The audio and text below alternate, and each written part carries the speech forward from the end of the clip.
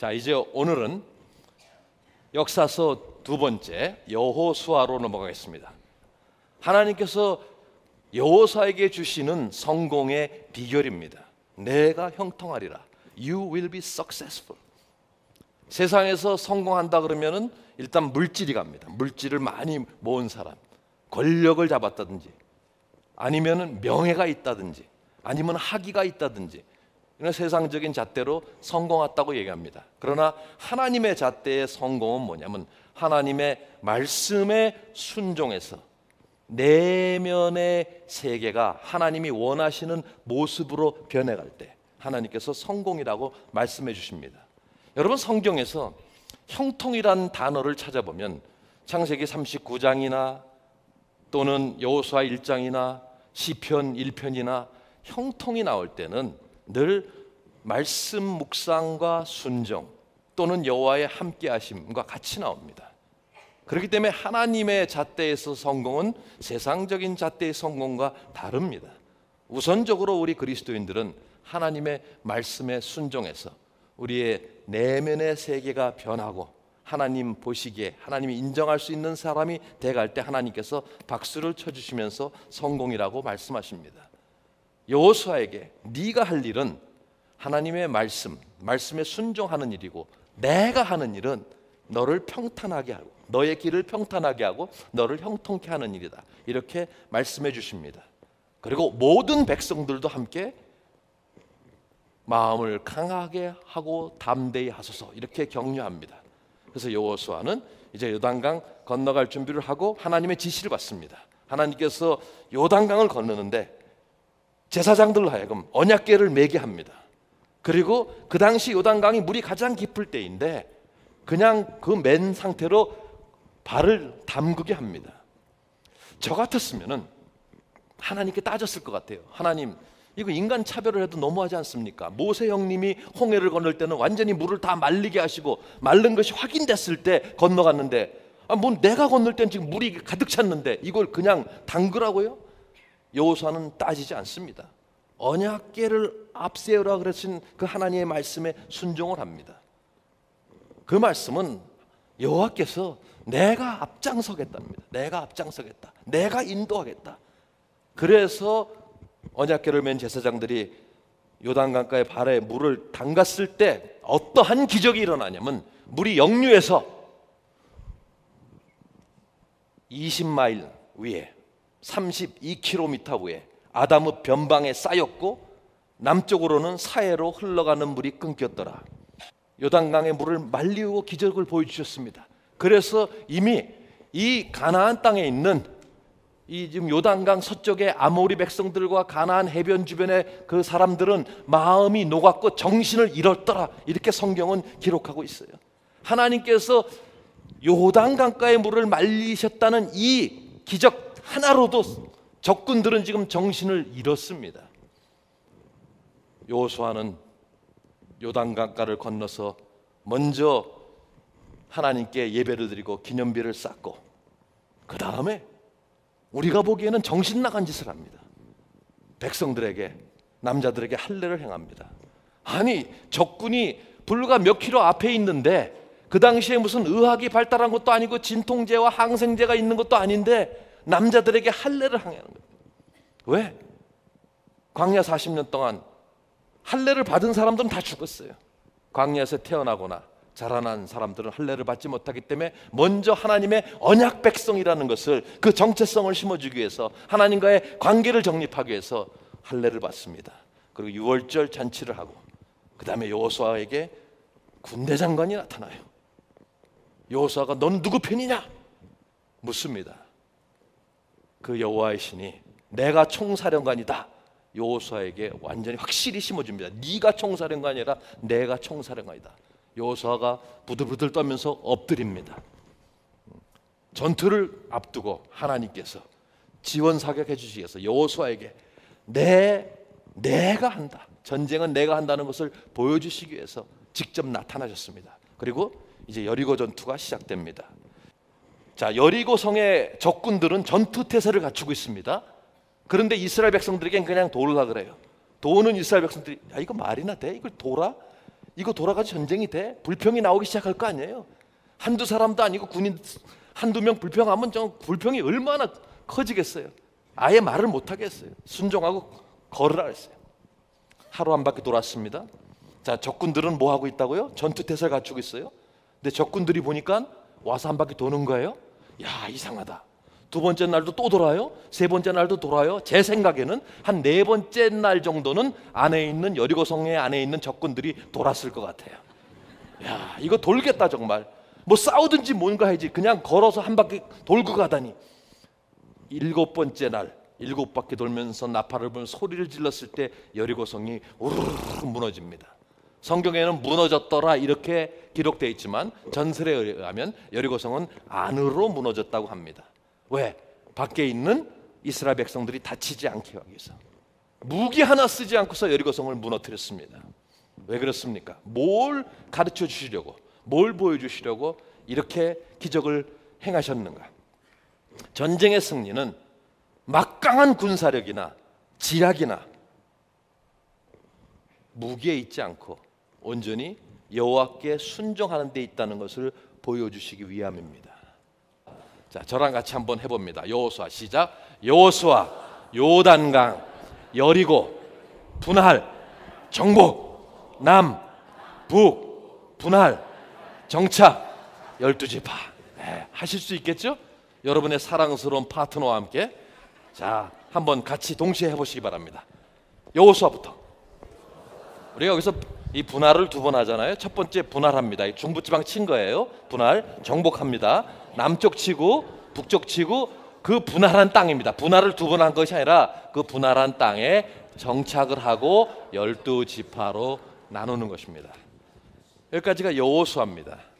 자, 이제 여호수아 마지막에 보면 여호수아가 나이가 많아서 이제 죽을 날이 얼마 안 남았습니다. 그래서 백성들을 모아놓고 한 나라의 지도자로서 고별 설교를 합니다. 고별 설교를 할 때는 보통 자신의 평생 그 신념에 대해서 이야기하겠죠. 그래서 여호수아는 백성들에게 이 율법책을 좌로나 우로나 치우치지 말고 다 지켜 행하라 이런 명령을 하면서 오늘날 너희의 섬길 자를 택하라고 명령합니다. 왜냐하면 가나안 땅을 다 정복하지 못했습니다. 미정복지가 있습니다. 미정복지에 있는 사람들은 우상들을 섬깁니다. 그래서 한 나라의 지도자로서 이제 하나님 앞에 갈 날이 얼마 안 남았기 때문에 자기가 죽기 전에 백성들로 하여금 다짐을 받고 싶었습니다. 나와 내 집은 오직 여호와만을 섬기겠노라. 여호와만을 섬기겠노라라는 그 동사는 지금까지 내가 여호와만을 섬겨왔고 목숨이 붙어있는 그날까지 여호와만을 섬기겠다. 그러니 너희는 오늘날 너희의 섬길 자를 택하라고 여호수아가 명령했을 때 모든 백성들이 우리가 여호와만을 섬기겠습니다라고 다짐하는 것을 보고 여호수아는 죽게 됩니다. 자, 여호수아가 죽고 그 다음 시대를 사사시대라 그럽니다. 사사시대. 사사시대, 사사란 말은 문자적으로 법관이란 뜻입니다. 법관, 재판관. 그래서 이스라엘에 왕정이 세워지기 이전까지 하나님께서 정치적, 군사적인 권한을 부여했던 사람들을 사사라 그럽니다. 그래서 사사의 뜻은 법관 또는 재판관입니다. 그래서 사사들이 다스리는 그 시대가 도래하는데 그 사사들이 다스리는 시대가 약 400년입니다. 조금 뭐 정확하게는 300한 4, 50년 정도 되는데 우리가 편의상 약 400년입니다. 그런데 그 사사시대는 이스라엘 역사에 있어서 가장 어두웠던 시대입니다. 불순종의 시대입니다. 사사기에 보면 악순환이 나오는데 이스라엘 백성들이 하나님 앞에 죄를 짓게 됩니다. 죄. 그러면은 다른 나라에게 정복을 당하게 만듭니다. 백성들이 하나님의 목전에서 악을 행하였더라. 그러면은 다른 나라가 이스라엘 백성들을 정복합니다. 정복당하니까 고통스러우니까 그때 하나님께 나가서 간구를 하게 됩니다. 그러면 하나님께서 사사를 세워서 이스라엘 백성을 다른 민족들로부터 구원을 시켜줍니다. 그러면은 이제 전쟁이 없는 평화시대, 침묵시대가 옵니다. 그러다가 배부르고 등 따뜻하면 또 죄를 짓습니다.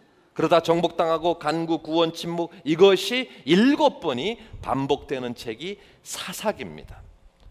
사사기에 보면 이스라엘 백성이 또 여호와의 목전에서 악을 행하였더라.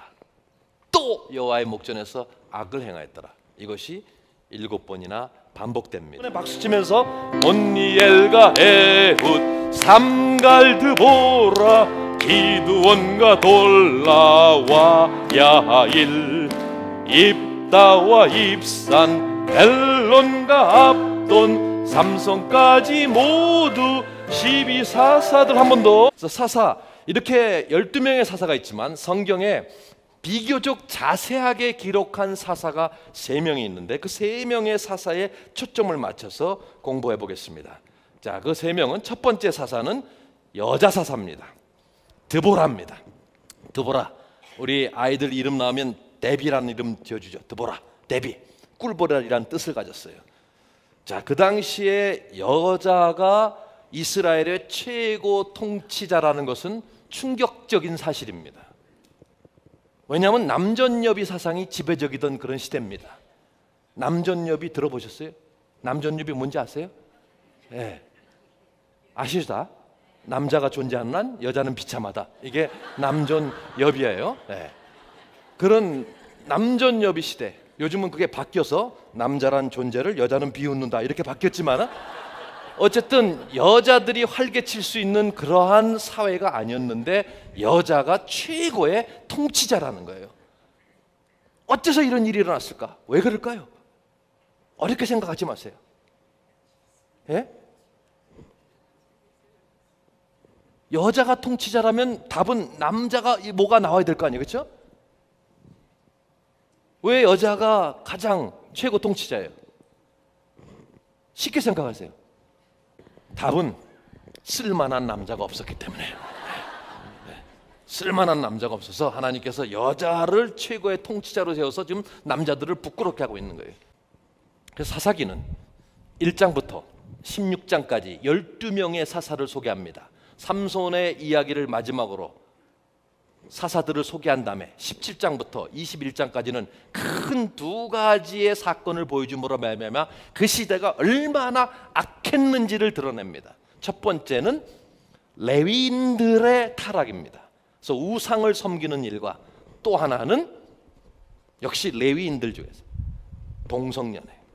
그래서 우상 숭배와 동성연애를 보여줌으로써 그 시대의 타락상을 고발한 후에 사사기 기자는 맨 마지막 사사기 21장 25절에 그때 왕이 없었으므로 각기 자기 소견에 옳은 대로 행하였더라.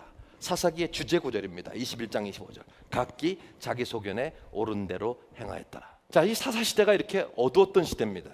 그런데 사사 시대 때 하나님 앞에 신실함을 보였던 대표적인 2 사람이 있습니다. 그 중에 한 사람이 룻입니다. 룻. 각기 자기의 소견에 옳은 대로 행하였더라. 그런 어둠 속에서도, 지금 화면 자체가 어두워요. 거기서 지금 마치 어둠 속에 빛을 선사하는 그러한 대표적인 신실한 사람인데 그 중에 첫 번째가 룻이라는 여인입니다. 룻. 자, 나옴이라는 여인이 베들레헴에 있다가 기근을 만나서 모압으로 이사를 가게 됩니다. 거기에 가서 자기의 아들들을 모압 여성들과 결혼시켰는데 자기 남편과 아들들이 다 죽게 됩니다. 그러니까 이제 남은 며느리들에게 나는 내 고향인 베들레헴으로 갈 테니까 너희는 각자 흩어져라 그랬어요. 그런데 한 명은 가고 룻이라는 여인은 시어머니 나오미에게 오마니 무슨 말씀을 그렇게 하십니까? 오마니가 가는 곳에 나도 가고 오마니께서 생활하시는 곳에서 나도 생활하고 오마니가 돌아가시면 나도 거기서 죽겠습니다. 그리고 자기에게는 타양이 되는 베들레헴으로 나오미를 따라와서 하나님을 섬기고 시어머니를 극진히 섬겨서 하나님께서 룻이라는 여인에게 복을 주시는 겁니다. 자, 여호수아부터. 여호수아 시작. 여호수아 요단강 여리고 분할 정복 남북 분할 정차 12지파 사사 400년 드보라 기드온 삼손 각기 자기 소견에 옳은 대로 행하였더라. 오직 루카. 너무 잘하셨어요. 앉으세요.